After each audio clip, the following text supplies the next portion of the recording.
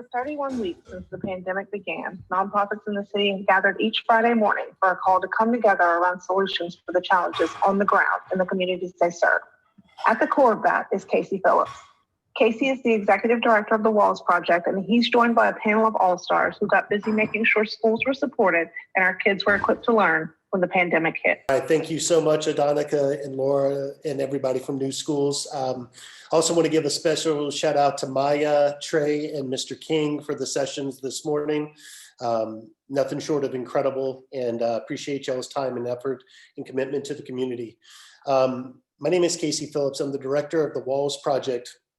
And today, rather than talking about the walls, I'm actually going to show, our panel, we're going to show how the power of coalition can be used to crush silos and actually reach the community that we want to work with together and not separately.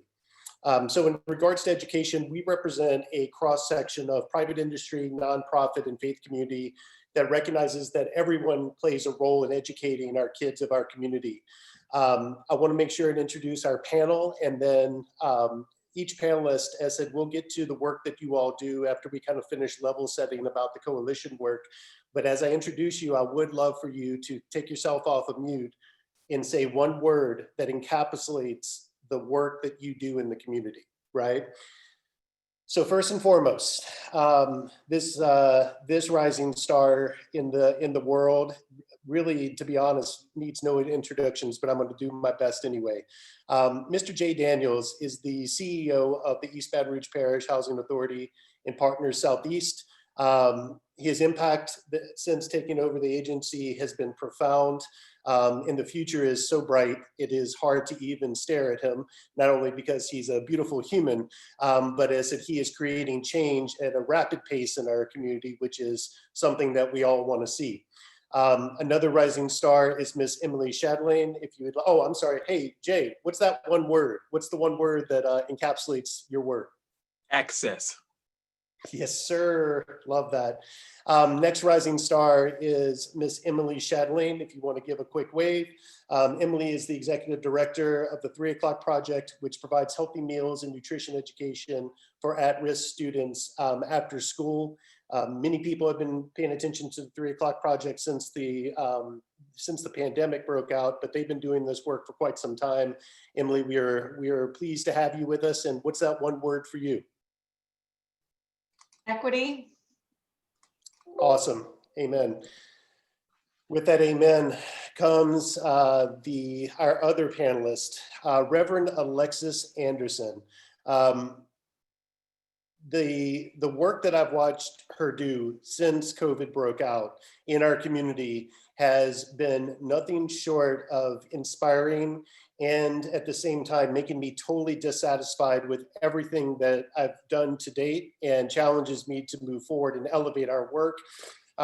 Reverend Anderson is the founder of Preach, and she has a focus on the special need populations to teach the 3 C's of literacy. And I'll let her kind of speak on her work, but with much respect and profound appreciation, she is with us today. Reverend Anderson, and what is your one word? Good morning. My one word is inclusive. Yes, indeed. So inclusivity, access, and equity. It feels like we're in the right space together. The rest of us, and I kind of, as I reflect and I look at the computer screen, I realize that we are all 4 of us have a kind of a natural inclination to bridge build, right? Because we understand that in order to create access and equity and equality, we all need to be marching towards a larger drumbeat together. But make no mistake about it, the 4 of us also are disruptors, and we will implode that which does not work. And so I think that that's a very important thing, and we'll kind of get to that into the panel discussion. So again, rather than talking about the walls, in the program with the Futures Fund, which really, in long story short, is we have a focus on closing the digital divide and opportunity divide, right? And as I said, but what I really want to talk about is the work that we're now a part of. That's this One Rouge coalition, right? And then we'll turn it over. We'll turn it over to the panel and really kind of get down into the nitty gritty of how the work they do is pushing education forward. But I'm a private sector human for the first 15 years of my career. I'm from Louisiana. And when I moved back to my hometown of Baton Rouge, I felt like I really was having to constantly apologize for my entrance into the room in the fact that I didn't have a background in education, right? But I saw inequality, lack of access, lack of equity in education, and I wanted to do something about it.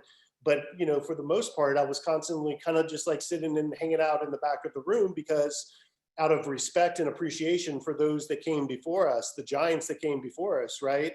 For decades doing this work, I wanted to give that respect. But then I realized that there's actually a place for all of us in education reform. There's a place for all of us to take care of the kids who are in the schools, regardless if they go to public, private, charter, whatever it is, homeschooled, Montessori. We're all part of the education system, whether we have kids or not. It is part of our responsibility because education is a cornerstone component of every community. And the lack of quality education can be a barrier to success for a young person for the rest of their life. I want to pause on that for a second.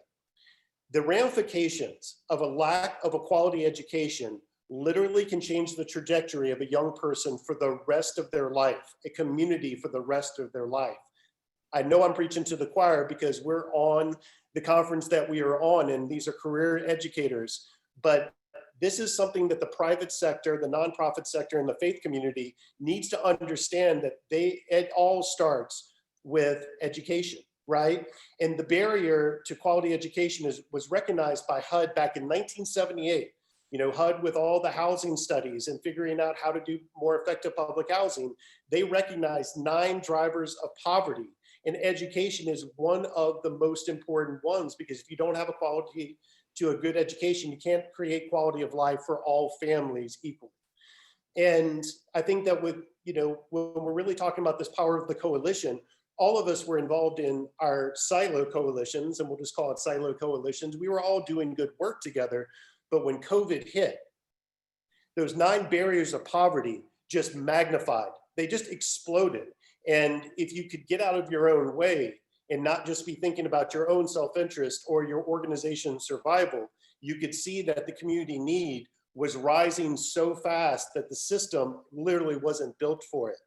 And so what we decided to do on March 13th, on that Friday the 13th, we started, as Adonica said, we started meeting on Fridays, over 150 leaders from across sectors. No, education absolutely represented, K through 12, higher ed, those leaders were there, but there was also leaders from all different segments of the community that were working on all 9 of those barriers of poverty to provide services or influence policy to make access equal for everyone.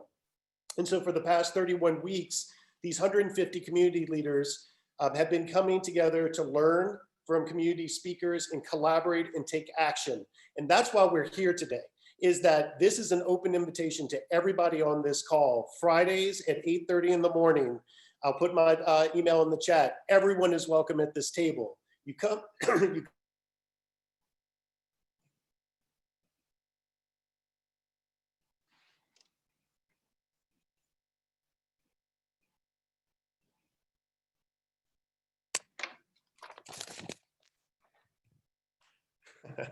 I believe that was the universe being a moderator and telling me to stop talking.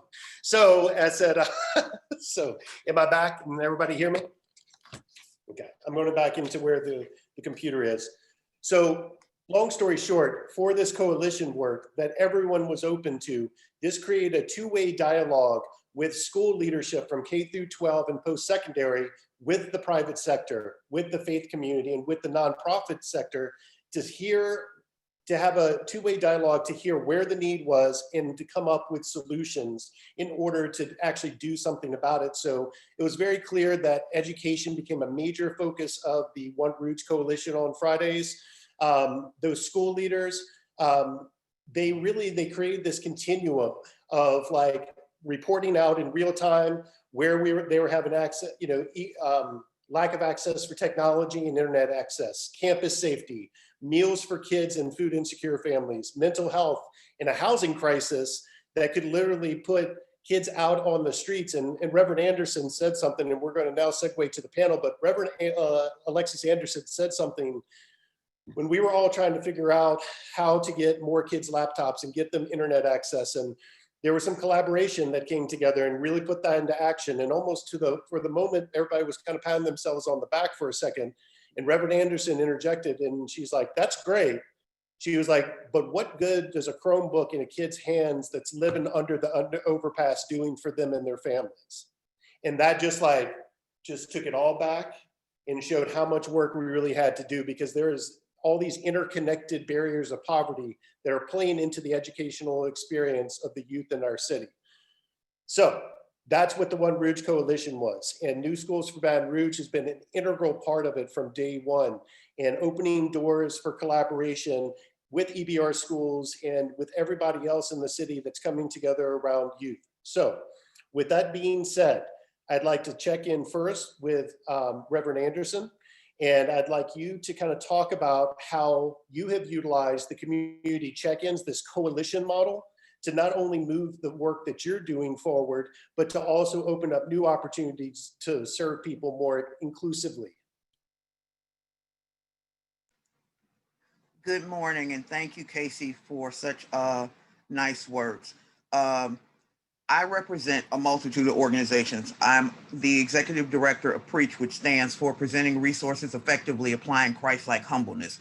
Among the many things that we do, we have financial literacy for special needs populations. We do first-time home buyer education. A shout out to the Housing Authority, because one of the things I did in my previous life is I ran an FSS program. So one of the things that I do, among other things, is we go into the space where other people aren't often going, but actually are probably the most determinate drivers of the success of a community. And so I'm also part of the East Baton Rouge Parish Prison Reform Coalition. And one of the things that we know, no matter what part of marginalized populations you work with, is they are often invisible in the space, but they suck up all the resources. And what I mean by that, for instance, is the number one driver for intersection with the criminal system is in fact poverty. It is not behavior, it is poverty. If you attend a low income, predominantly Black school, you are more likely to be in the school to prison pipeline. If you live in a certain zip code, you are more likely to have policing that literally stands there and fills the budget by parking a police car and doing tickets and doing all sorts of things, driven by the fact that these are the people most likely not to be able to afford being able to get stickers for their cars or having their licenses renewed. So we know that poverty is the number one driver. But the second thing we also know is that we have a tendency not to think preventative, but to think we're just going to close this thing off and shut it off. And so one of the things about the ability to do a room full of movers and shakers is to bring in front of people the people who often they know about them. They just don't value them. And they don't value them in the sense of return on investment, if that makes sense. And so what I mean by that, for instance, is that I have 6 children and they're wonderful human beings and they're all adults. But I used to say to people, if you have 6 children, not all of them are going to be rock stars. It's just life. But there is often one child who sucks up all the energy in the room, for good or bad. And what starts happening is that you don't notice it, but everything else is taking a hit for that. And one of the beauties of Friday mornings is that I can remind people in this space, there's more return on investment for thinking about how, for instance, food programs can also serve as check-ins, how educating people through the school system or through the housing authority about, say, our bail bond programs, about home buyer education programs that are specifically designed for low income or special income populations, how those programs can work in coordination. So for us it's always been about partnership, because the truth is, if you had Googled East Baton Rouge Parish 4 months ago, what would have come up is the jail. That's literally what this parish was represented by. In the World Wide Web, what came up was the prison. Not LSU, not Southern, not any of the magnificent things, but truthfully, just the prison. And so we believe that our partnership has worked, and I'm sure we'll talk about it a little bit later, but our partnership has worked out in terms of a continuum of care, because we do believe people care about these populations. We have a term called ISAC. It stands for incarceration stigmatized, asset attached captives. And that means that oftentimes when you see somebody in the jail, what you don't understand is that if they have children, you are going to deal with their incarceration issues. If they have parents who are now trying to adjust to that, you're going to deal with that in every other setting that those parents interact. If you have grandparents who are now suddenly raising grandchildren that they do not have the assets to afford, you're going to have to deal with that in every other sector of our environment. So that's probably a little long version of what we do, but we also like to think we're just the bull in the china shop. We like to kind of roll up in there and see what we can do. There, thank you for Reverend Anderson. There are many nuggets of wisdom in that, but I can say that there are many reasons why I love working with you, and your bull status is definitely absolutely one of them. So Emily, I want to kick it over to you, and because I feel like you're approaching a different side of this equation than what's been talked about today. But I hate to say it, just like this simply, kids can't learn if they can't eat. Kids can't learn if they're hungry. Yeah, and these young minds cannot be inspired if they're wondering if they're going to have somewhere to live next week, right? And we'll parlay that over to Jane Daniels. So Emily, talk about how you've been able to utilize the coalition for the work that you do since COVID. Yes, and thank you for having me. Right, that's the saying of the century. You can't learn if you're hungry. And I think this education as a civil right, well, access to healthy food is a civil right. Everybody needs to realize that as a community. And what this coalition has kind of shown me is that we can't change things if you're on your own, right? One person, it's really hard to make change. But knowing that you're not alone, and prior to these calls on Fridays and our food insecurity calls, I kind of had days where I just could feel really defeated and saying, we have such a food insecure problem in Baton Rouge specifically, in North Baton Rouge specifically, and how do I solve this? Well, I'm no genius, right? I'm no expert, and this coalition and working as a group has really kind of shown me that there is power in numbers, and it's been refreshing to see other people who have nothing to do with food or the food world get fired up when they learn about the inequity that we have, and that not all kids and families have access to healthy food. So I would say that one big piece of what I do has been escalated by the coalition with networking and connecting. And, I present a problem to the group, and there's at least 3 other people that have had that problem and have worked through it and have solved it. And so, it's less of creating the wheel, and it's coming together as a community. And until we all realize that it's all of our problems and not just my problem or his problem or her problem, right, it won't change. So, I would say with the help of this community and coalition, 3 O'Clock Project kind of jumped to action when COVID shut down all the schools. And I knew right away, right, what are these kids going to do for food? How are they going to get food if their main source is normally school? And now school's closed and everybody's home. So it really was a community effort. Not at all me, right? This was everybody involved to come together. And I believe we served almost 2 million meals in Baton Rouge alone from March to August as a community group effort. Thank you, Emily. And you gotta, I've publicly applauded you many times in the Zoomverse, but if everyone just internalizes the fact that you were able to serve 2 million meals when you're an outside entity, right? Partnering with people that have access to the young people to be able to deliver. That's what one takeaway I want to have from everybody on this call. There is a way for you to plug in. So, Jay Daniels and Emily, I'm going to come back to you next for the second question, and then I'll go down to Reverend Anderson and kind of with our closeout question, and then open it up to the everybody on the call. So, Jay, just to repeat, how have you and your team been able to utilize some of these community check-ins? And y'all do so much good work. So I just want to jump right into the work you've been doing since COVID, and then talk about the next question.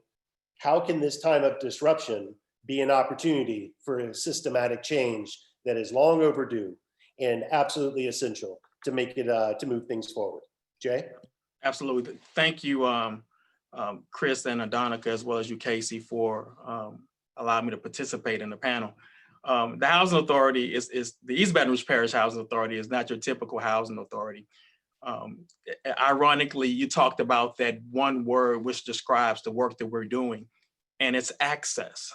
And last year we created access as our transformation strategy to use our housing opportunities to create greater access and resources to education, economic opportunities, and health and wellness. We believe that's an opportunity to substantively address the problem that Baton Rouge has, which is primarily a poverty problem. So with the 13,000 people that we serve, we can substantially increase our bandwidth by partnering and collaborating with all of the partners that you see, whether it's New Schools Baton Rouge, whether it's the Walls Project, whether it's 3 o'clock program. Our transformation platform is completely contingent upon the success of our partnership and collaboration, which you see us execute on a daily basis. We did so very recently. COVID really was a great opportunity to really pilot some of our initiatives. Last year, we were awarded $30 million to transform a neighborhood, Melrose East, Smiley Heights, Fairfields. And basically, this neighborhood transformation was based upon education and the educational assets that exist in that one neighborhood, whether it's the Baton Rouge Community College, Matt McKay Automotive Center, the Career Technical and Education Center that was developed by EBR Schools, collegiate academies. Basis is now, will be coming to the neighborhood with the acquisition of the old Honda property, as well as Geo Charter.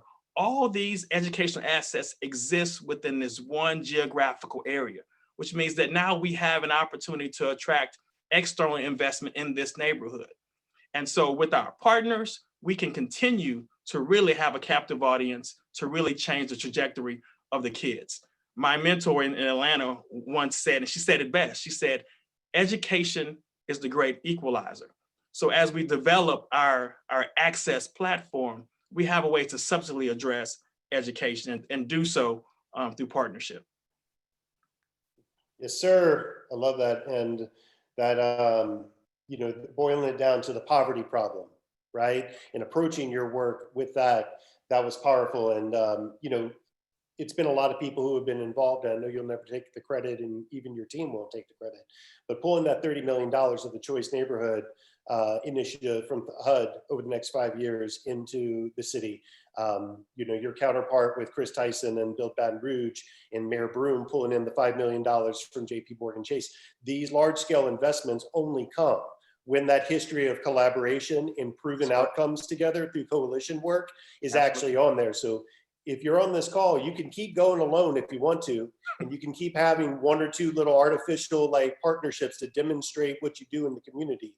And I'm sorry to be condescending about that, but at the end of the day, if you don't put your own mission to the side and go to the bigger vision together, our city is going to constantly be working at a deficit as opposed to baking a bigger pie together and moving in abundance together. And it takes that coalition work together.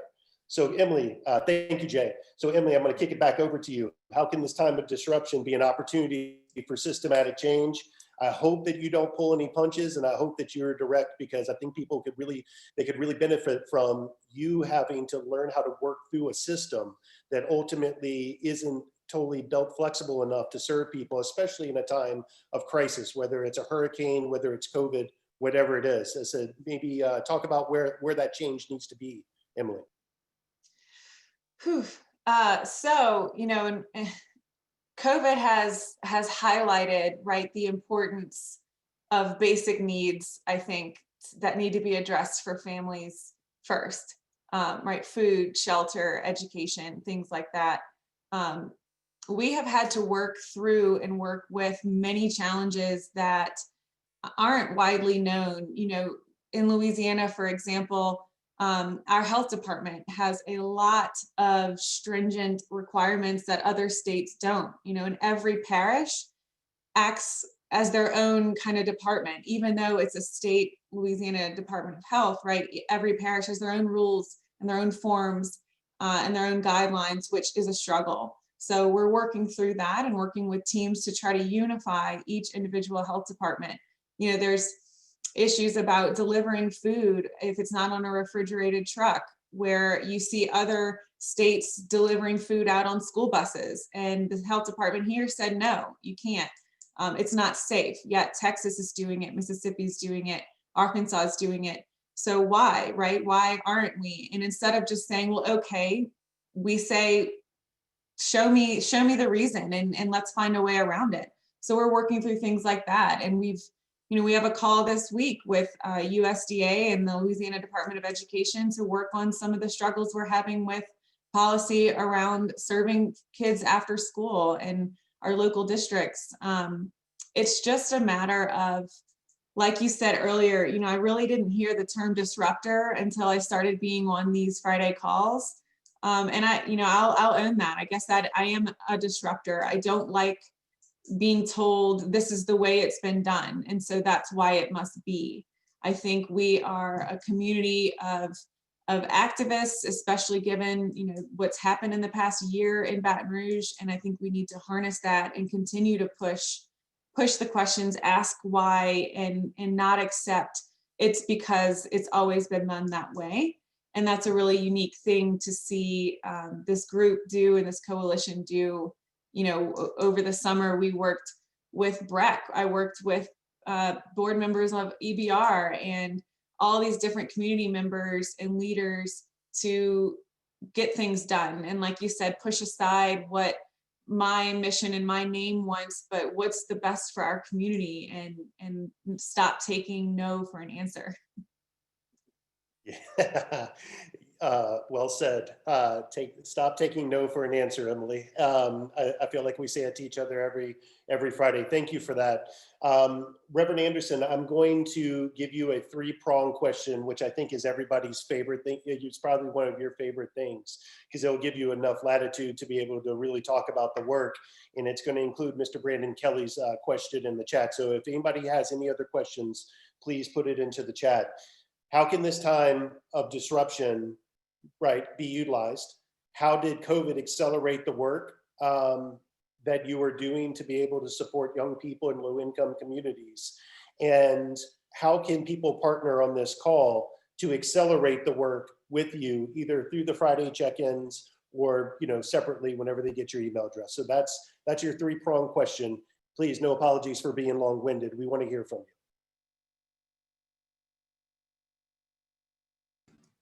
Love the question. And it's interesting because in my world, there's always a disaster. I always say that, you know, the old saying that, you know, it's a bad day when your neighbor's house is on fire. When your house is on fire, it's kind of a disaster. And so one of the things about this time is that when it's your house, you sort of develop empathy you didn't have when it was your neighbor's house. So that's probably been the greatest benefit, is that when, and I'll be very honest about it, when I yelled on the roof that we needed better public transportation, we needed to rethink it. Lots of people went, don't do public transportation, so I don't care. Well, when families suddenly started losing jobs, when people had no way of getting around, all of a sudden it became, oh, maybe this really does matter. So I think one of the gifts is you get people to rethink the thing they thought was in somebody else's backyard. And that to me has been the extraordinary gift. The other extraordinary gift, I think, and I really do appreciate the Friday calls for this, is that lack of accountability and transparency does not do anybody well. And oftentimes, and Casey's very quick to point this out, we will sometimes applaud ourselves and go, yay, we solved the problem. And then horrible people like me come in and go, buses only pack 9 people, and ask anybody who works at LSU how many days they've been stuck out there because they can't get to work or they can't get home. And so oftentimes we think of people who are disruptors as sort of bothering our vibe. And I actually want to chime in on something Emily said. The question is never why. The question is why not? Why can't we use the assets we already have to build something bigger and better together? And I want to piggyback on a program that I know very well, which is the Family Self-Sufficiency Program. That program actually is one of the most magnificent programs that HUD has ever come up with. But when you talk about 13,000 low-income families being impacted, and yet the school systems don't know about that program, that the AARP chapters don't know about that program, that the multitude of partners who could build that program out don't know about it. And so the program doesn't just impact public housing folks, it impacts, for instance, Section 8. And so it's that interconnectivity, that we're all in this boat, whether we mean to or not. I spent 20 years as an HR manager. So the one thing I know is when you have a low education system, and I don't mean just at the elementary school level, I mean at all levels. When employers cannot get their employees to come to a place because they simply do not provide quality of life, it is a challenge. And so we're all tethered together. And one of the things I like about my work, and always have, when we first started home buyer programs, and we are a HUD certified program, we decided, because we were working with low income families, that we would do them and have meals. And we would do them, and it was a very modest cost, but if you couldn't pay it, you didn't have to. And what we discovered out of that is people would bring their children, because often one of the biggest barriers was, well, what am I supposed to do with my children after I've worked my 2 or 3 jobs? But you want me to become a homeowner. Where am I going to make up time I don't have? And so we thought about it. And one of the things was, and we've always been a collaborative program, so we were working with families, Family Services of Greater Baton Rouge and other partners.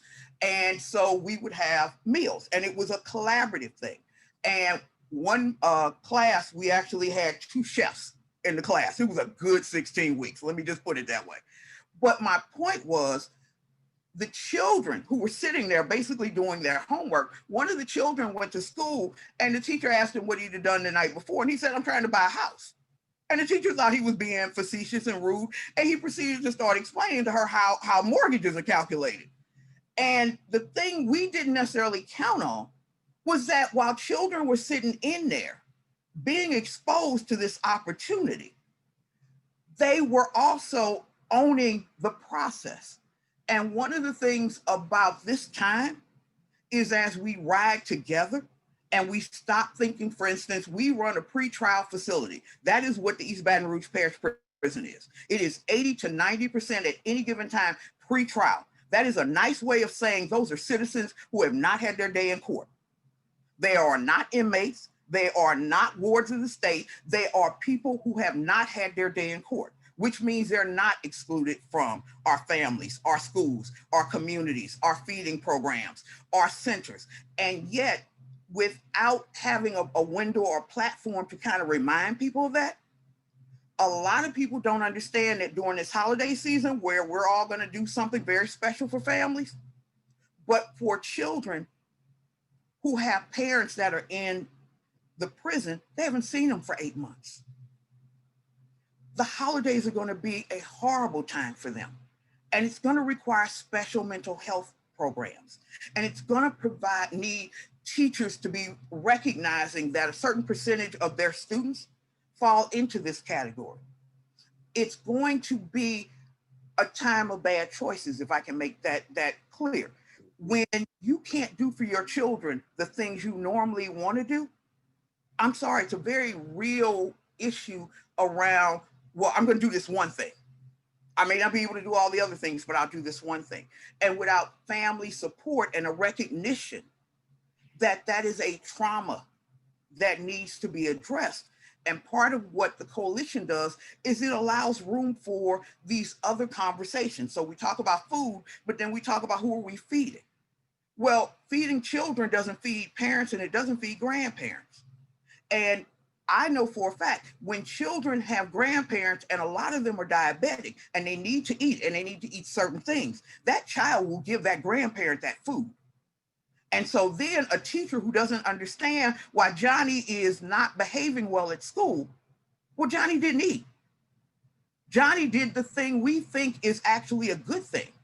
And so part of being in this coalition allows us to have that more holistic conversation about, it's not just about Johnny. It's got to be about who Johnny is tethered to. It's got to be where we can reach them best. One of the biggest issues, and I love that Casey allows me to always have this platform, is everybody doesn't drive, nor should they. And there's a lot of legitimate reasons why we got people who should not be driving in Baton Rouge. But we have set up a network during the COVID that almost exclusively creates programs for people who are private owned vehicle owners. And so when we ask the question, if CATS is no longer operating successfully, if parents can't afford Lyft or Uber, and they do not have a car, how are we going to get them the resources they need? And what Emily pointed out was one of those things, was that where we have an opportunity to use things, we have to challenge systems and say, it's not working. It's your rules, but it's not working. Absolutely. Thank you, Reverend Anderson. So I just got the 2-minute ding, so I want to flip it around super fast. Jay Daniels, 30 seconds. How we're always talking about how private sector, everybody can collaborate to help education. How can the people on this call, primarily in education, collaborate with you? 30 seconds to collaborate with you to move your work forward. Go, Jay. Sure. I think it's a marriage between empathy and execution. Perfect example, Beds for Kids initiative. We found out that we had kids that didn't have a bed within some of our communities. We reached out to some of our community partners, raised $20,000. And so there's a direct correlation between the performance of a kid in school and the lack of sleep. And so if they're not getting a good night's rest, then they're not performing in school. So we were immediately able to address that. Secondly, our Tech Ready collaboration with EBR schools. We're able to provide the distribution of the laptops, Chromebooks, mouse pads, mouse, headphones, and mics, again, to support that virtual learning environment. So if we can continue to identify and empathize with our families, understanding their plight, then we have the ability to match those resources up with those willing partners to enable to really execute on some really transformative outcomes. And so we welcome those partnerships at the Housing Authority. Amen. So we ran out of time. But the good news is that if you want to collaborate with Emily, Dr. I'll call you Dr. Reverend Alexis Anderson, and with Jay Daniels, all you got to do is drop me an email, Casey at the Walls Project. You can be part of the Fridays. I'd like to say thank you to all of our panelists. And just like I said, the previous panels, special recognition, respect, appreciation to our teachers, our administrators, at K through 12, EBR schools, New Schools for Baton Rouge, Catholic schools, BRCC, RPCC, LSU, and the Southern University Agriculture and Mechanical College. Thank you for you all and the work that you do on the front lines in our communities. And the last thing I'd like to leave you with, now is different than then. Now is different than then. It has nothing to do with in the past. Let's move forward, collaborate together, connect with us. Thank you, New Schools. Only 1 minute over. Thank you.